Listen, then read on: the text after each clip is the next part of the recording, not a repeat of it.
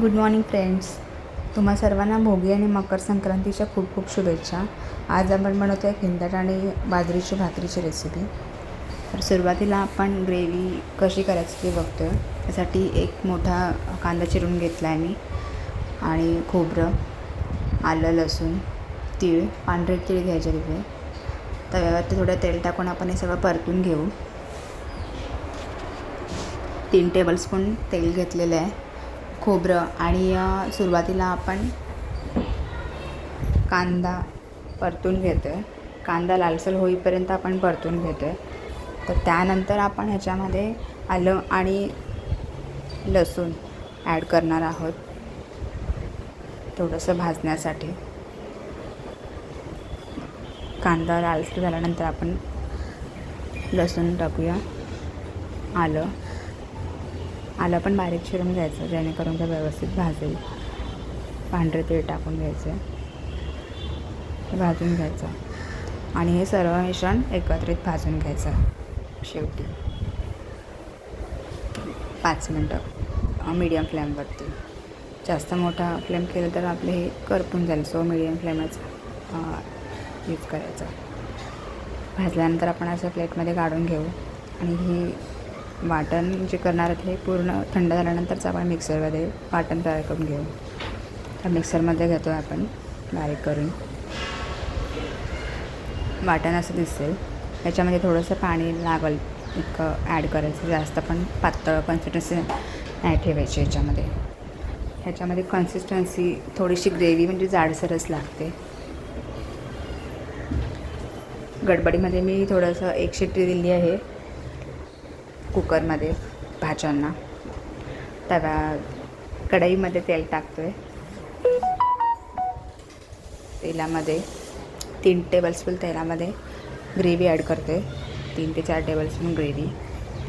तेल तापल्यानंतरच आपण ह्याच्यामध्ये मसाला भाजून घेतो आहे, कारण की जर ग्रेव्ही व्यवस्थित भाजली तरच आपली पुढची भाजी चांगली होते.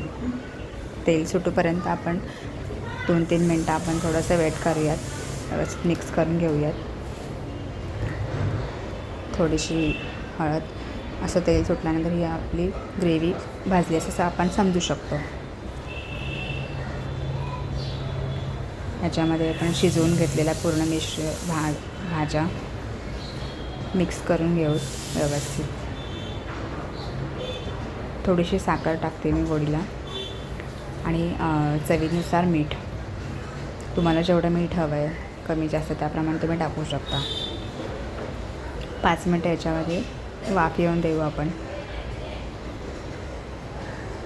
झाकण ठेवायचं. तर अशी भाजी दिसेल आपल्याला. काय सुगंध सुटला आहे भाजीचा. आणि ही भाजी भोगीच्या दिवशीच खूप चवीला लागते. तुम्ही बघितलं असेल. वरून गार्निशिंगसाठी आपण कोथिंबीर टाकतो आहे. एका डिशमध्ये भाजी काढून घेऊ. ही मी टिफिनसाठी बनवली होती रोहनसाठी. सो थोडीशी बाजूला काढून ठेवते मी भाजी थंड होण्यासाठी. तर आपण बाजरीची भाकरी कशी करायची ते बघतो आहे आता. त्यासाठी पांढरे तीळ आणि बाजरीचं पीठ लागेल. तव्यावरती मी थोडंसं पाणी गरम करायला ठेवलं आहे. भाकरीमध्ये जेव्हा तुम्ही गरम पाणी घालाल तेव्हा ते चिकटपणा येऊन भाकरी छान म्हणजे येते आणि फुगतेसुद्धा भाकरी. त्यासाठी मी गरम पाणीच यूज करते.